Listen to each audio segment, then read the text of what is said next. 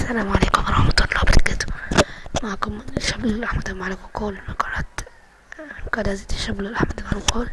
دلوقتي أنا أقول لكم كيفية التحكم في صحن الديسكوات.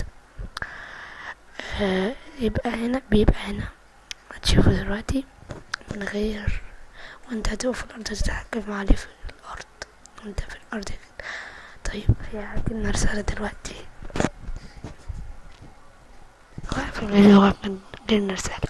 طبعا جات لنا رسالة دلوقتي نعمل صح ونروح نجيب لعبة الفوضى دي،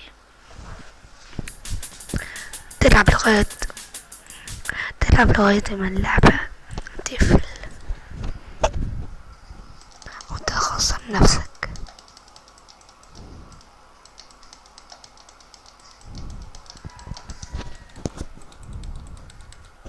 وقف الفيديو لغاية ما اخلص.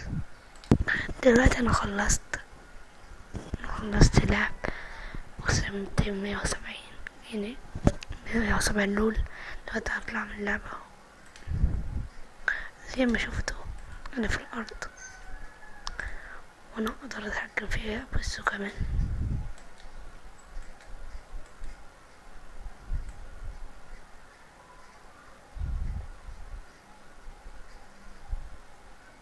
يعني اقدر اتحكم فيها بساعات.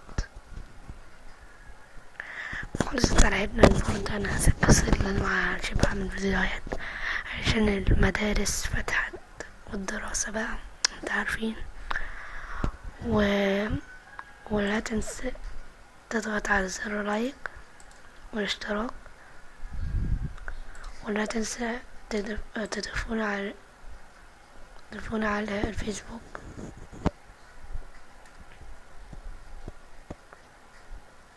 احمد كينج سأضع رابط الفيسبوك التابعي اسفل الفيديو. السلام عليكم ورحمة الله تعالى وبركاته.